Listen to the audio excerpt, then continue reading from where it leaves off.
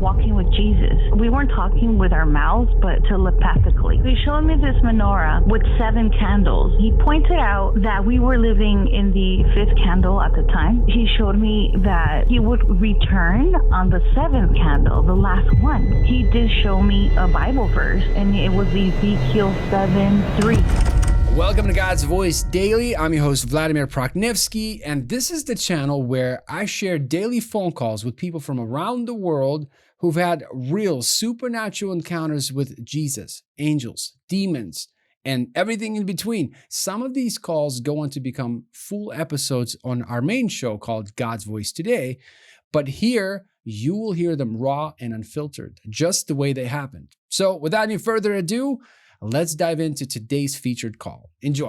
Well, Estela, I was looking through your submission here, and it looks like God gave you a dream in 2020 during a crazy year, right? During COVID year.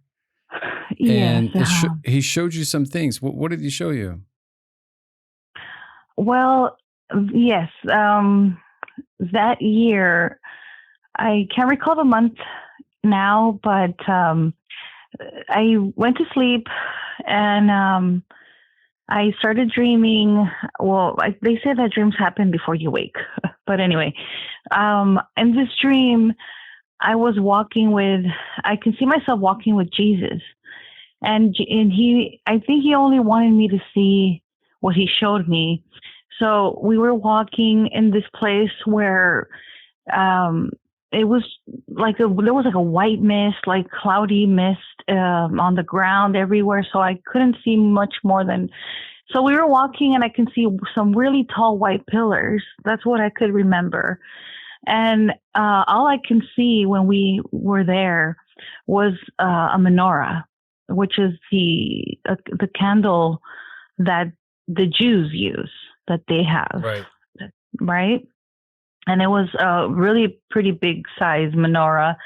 And I was just standing there next to Jesus, and he was wearing his white robe, the way we all, mainly when we speak of Jesus and the way he's dressed and the way he looks, that's the way he just looked in my dream.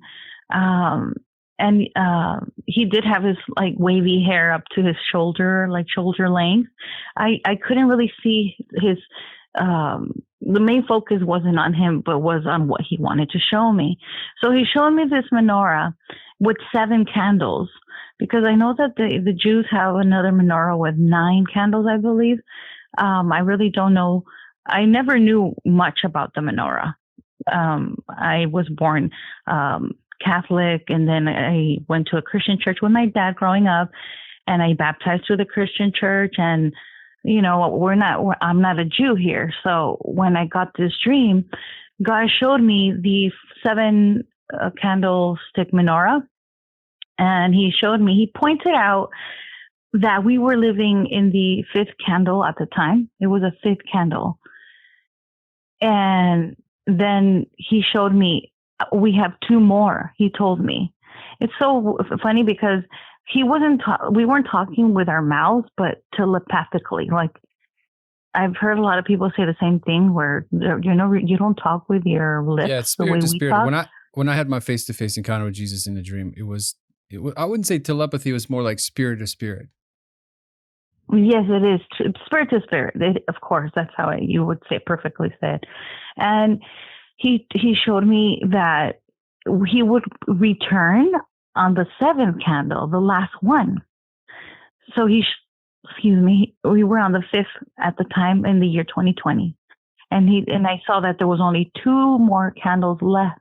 He showed me there's 2 more left, and I will return on the 7th. I wish I would have asked more questions, but I didn't. We're not in control of our dreams. But that's all he showed me.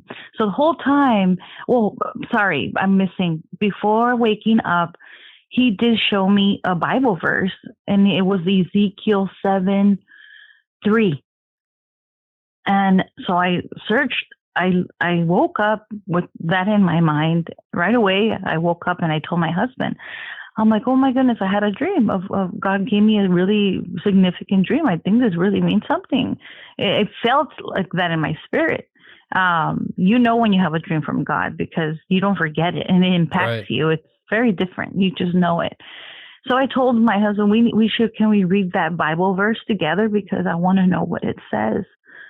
You said it was Ezekiel 7:3, right? It says, "Now the end has come upon you, and I will send my anger against you. I will judge you according to your ways, and I will repay you for all your abominations." Wow. Right. It's a powerful verse. And since that was pretty strong, and I was like, oh, so I kept reading. I read the whole chapter. I read the whole chapter of Ezekiel 7. And it just pretty much talks about God's judgment on Israel and all the nations. And being during the pandemic, I was like, oh no, this is the start of this whole Ezekiel 7 taking place, you know? So I just felt like God was showing me what was coming in the future, right? He first showed it to me because that's how it is going to be in the end times. All this is going to take place at some point. So the thing I didn't know was the significant. God didn't tell me how many years each candle represented. All I knew when I went, I wanted to find out what the menorah was and what each candle meant. And each candle has a significance. When I looked it up, the first four, because it's 7, right? Yeah, the first 4 were already fulfilled, and the last 3 are still not fulfilled. And the last 3 that I was shown, was it 3, 5, 6, 7? Yes. So the 5th one is the Feast of Trumpets. The 6th candle represents the Feast of Atonement, and the 7th one, when he showed me he was coming back, was the Feast of Tabernacles. So after I had this dream, I was like, after he showed me, I was like, oh, he's going to come back in the Feast of Tabernacles. I always thought God would return, in the Feast of Trumpets, because that's when they announce the trumpets blows and they sound the coming of the Messiah.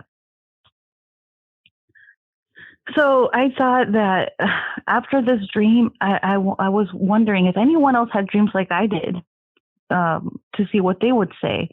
And recently, you had a dream on your channel that this man started saying regarding 2026, which is next year, and saying that there wasn't going to be the soccer World Cup. Yeah, he was talking about, this is Joshua you're referring to. Yeah, he was saying how September. Said that God showed him. Yeah, September. He said the Feast of Trumpets.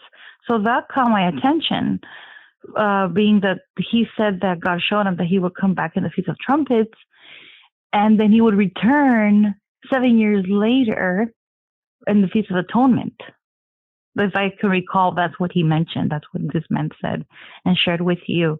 But then that's why when you started talking about the menorah, I started getting goosebumps, because I'm like, oh my goodness, that's what God showed me too. But God showed me he showed me that he was going to return on the 7th, right? So I was like, oh no, so I just, he shows us all different things.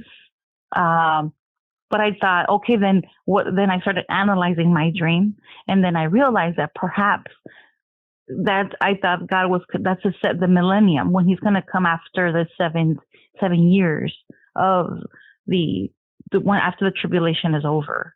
That's when I thought the Feast of Tabernacles meant he's going to come here to tabernacle with us. That's how I saw it. That's the way I am interpreting it.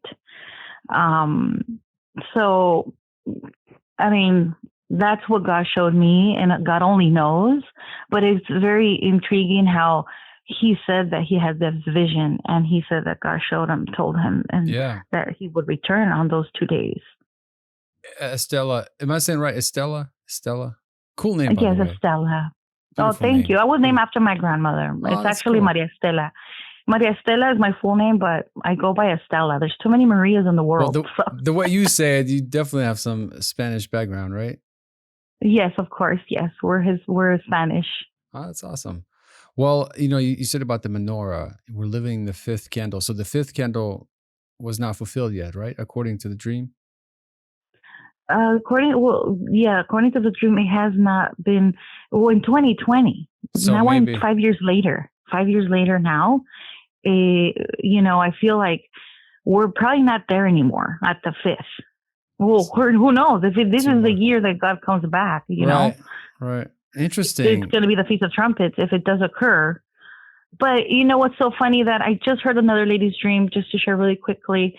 She said that she had a dream with she called it the 7 candlesticks, which I refer to as a menorah, but she said the 7 candlesticks, that God showed her the 7 candlesticks as well.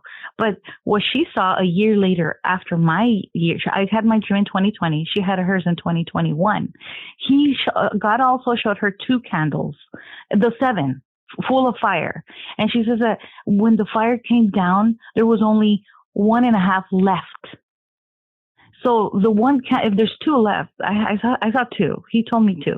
So this lady saw one of those candles. Say I can picture the 6th candle, like the atonement one, halfway, which is the time we're in right now. Like there's only half of a candle left in 2021, though.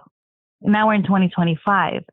So I feel like if God's if God will return after the 7-year tribulation, the second coming, on the 7th candle, that means we only have that half or less than half of the 6th candle. You get it? Mm-hmm. Half, like less than half, because when she saw it was in 2021.